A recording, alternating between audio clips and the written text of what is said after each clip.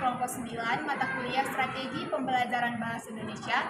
Dan di sini terlebih dahulu kami akan memperkenalkan diri. Perkenalkan, nama saya Ita Primita Berusbayang. Saya Novita Dami Samasir. Saya Adina Larsanti.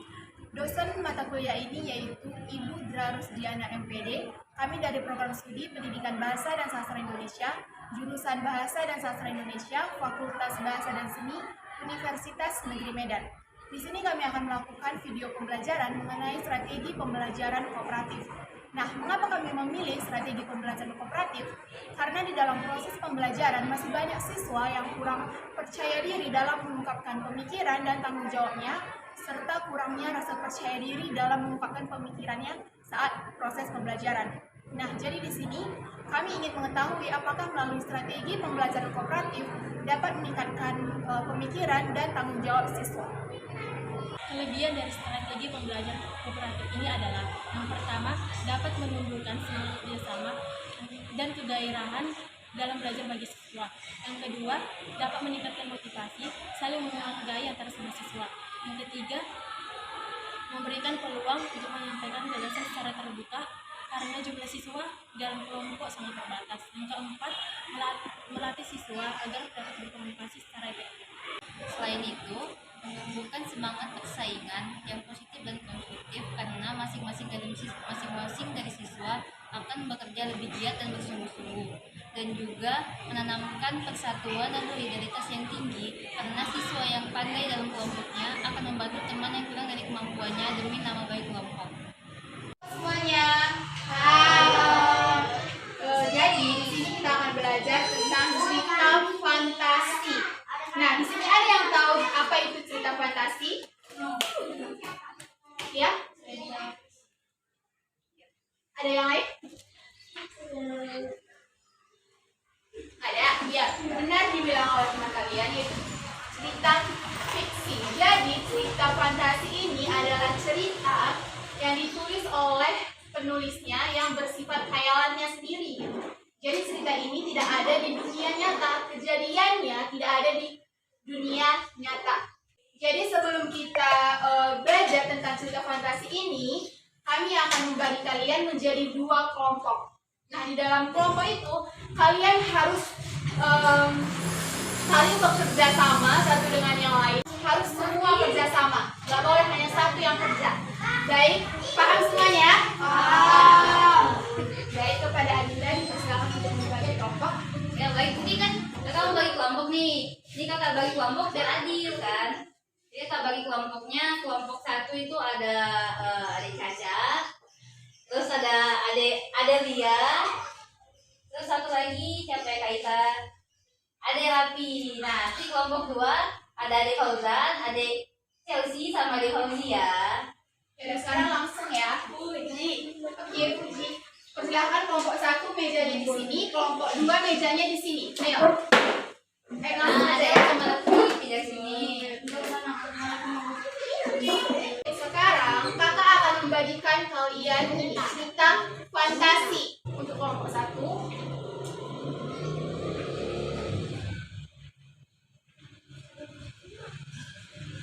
Kelompok dua. Kakak sudah memberikan ya materi kita hari ini, yaitu tentang cerita fantasi. Nah, cerita ini kalian baca terlebih dahulu, lalu pahami apa cerita ini, jalur ceritanya bagaimana sampai penyelesaiannya.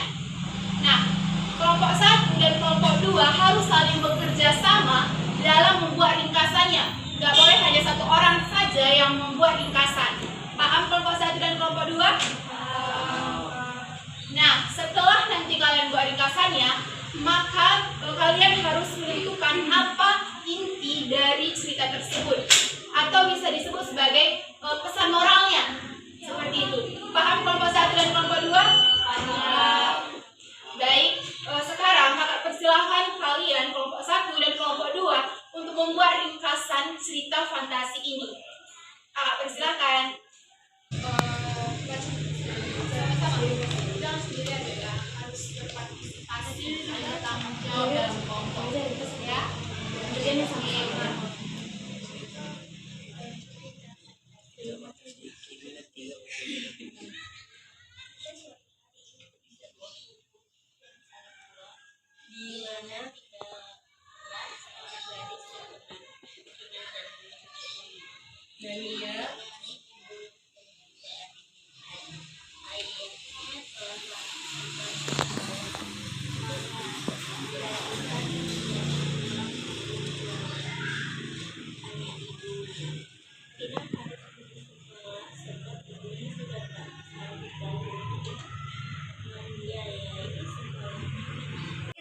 siap nih kan buat ringkasan sama pesan moralnya.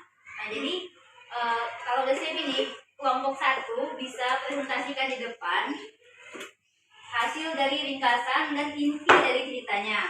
Kelompok 2 bisa mendengarkan dan kasih pendapat kalau ada yang mau disampaikan ya. Nah kelompok 1 kalau silakan. Ya. Ya, langsung bacakan.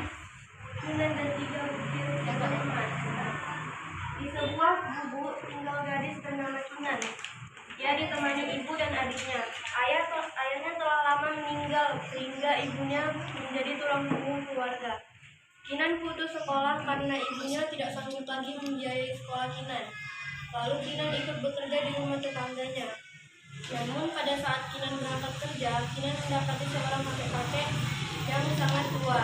Kakek itu sangat kelelahan sehingga jatuh di jalanan. Lalu Kinan pun membantu kakek tersebut. Kemudian setelah Kinan kembali dan mengobati kakek tersebut, kakek itu memberikan sepotong kain yang berisi 3 buah butir jagung yang berwarna kuning keemasan. Apabila dana ditanam dengan penuh keikhlasan dan kesabaran, maka akan membuahkan hasil yang menakjubkan. Lalu Kinan menceritakan kepada ibunya, dan ibu meminta Kinan menanam jagung tersebut di halaman rumah. Lalu Kinan dan ibunya saling merawat jagung tersebut. Kemudian jagung tersebut berhasil tumbuh dan Kinan terkejut karena biji jagung tersebut terbuat dari emas. Kemudian Kinan menceritakan kepada ibunya dan menjual jagung emas itu. Jagung emas itu selalu tumbuh dan menghasilkan buah sehingga kehidupan keluarga Kinan sejahtera. Kinan pun membagikan biji jagung tersebut kepada semua tetangganya. Walaupun Kinan sudah merasa cukup, tetapi ia selalu rendah hati, baik hati, dan saling membantu sesama. Baik, ini kan ringkasannya dibaca. Pesan moralnya kalau membacakan dari kita. Kalau sudah merasa cukup itu tidak boleh merendahkan orang lain, selalu rendah hati, baik hati, dan tidak sombong. Kelompok 2 bisa beri tanggapan. Kasih komentar. Oke adik-adik, setelah kelompok 1 selesai, kelompok 2 silakan maju. Ayo maju biar semuanya.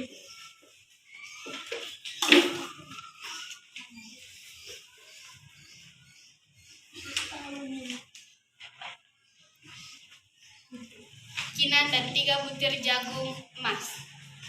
Kinan adalah seorang gadis yang menjadi tulang punggung keluarga.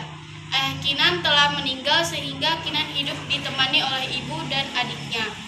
Pada suatu hari, Kinan pergi bekerja seperti biasa. Di tengah perjalanan, Kinan menjumpai seorang kakek yang terlihat begitu lelah hingga terjatuh. Lalu Kinan memberi pertolongan pada kakek dan menceritakan kisah hidupnya. Kemudian, Kinan menawarkan diri untuk mengantarkan kakek pulang. Namun, sang kakek menolak dan malah memberikan sepotong kain yang berisi 3 butir jagung. Kakek tersebut berkata, "Jagung itu adalah jagung ajaib, dan bila ditanam dengan penuh keikhlasan dan kesabaran, maka hasilnya akan menakjubkan." Lalu Kinan berterima kasih dan langsung pamit pulang. Sesampainya di rumah, Kinan menceritakan kejadian tersebut. Ibu Kinan pun meminta Kinan agar menanam jagung tersebut di halaman belakang rumahnya. Setiap hari, Kinan menyiram dan membersihkan lingkungan di sekitar jagung. Jagung tersebut berhasil tumbuh, dan pada saat Kinan ingin memasak jagung tersebut, Kinan terkejut karena jagung tersebut terbuat dari emas dan menceritakan kepada ibu. Dan berencana akan menjual jagung emas tersebut. Dari hasil jagung itu, kehidupan keluarga Kinan menjadi sejahtera, dan Kinan pun membagikan jagung tersebut kepada para tetangga dan orang miskin di sekitarnya agar menikmati hasil jagung tersebut. Walaupun kita sudah merasa bingung, tetapi kita harus selalu rendah hati, baik hati, dan selalu suka membantu sesama. Demikianlah hasil ringkasan kami. Terima kasih. Baik adik-adik, terima kasih ya atas presentasinya tadi. Adik kelompok 1 ada yang ingin memberi tanggapan? Suaranya bagus dan Oh, baik, terima kasih. Baik adik-adik, tadi kan kalian sudah menyampaikan simpulannya, ringkasannya ya dari kelompok 1 dan kelompok 2. Nah di sini kakak meminta untuk kelompok 1 dan kelompok 2 saling bekerja sama dan membuat simpulan akhir dari cerita tersebut. Baik, langsung saja membentuk kelompoknya ya, saling bergabung kalian semua. Oke, kelompok 1 dan kelompok 2. Ya, sudah. sebagai manusia kita itu harus selalu membantu sesama dan tidak boleh sombong. Sebagai orang yang berkesukaan tidak boleh memandang rendah orang, tetapi harus selalu baik hati dan rendah hati. Oke.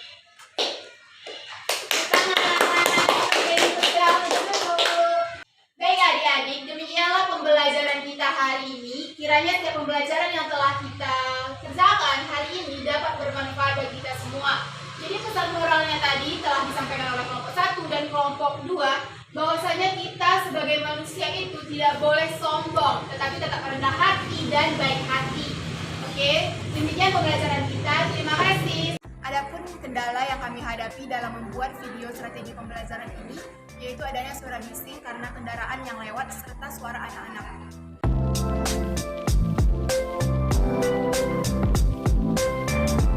Demikianlah video pembelajaran dari kami. Kami yakin masih banyak kekurangan dari video ini dan kami minta maaf.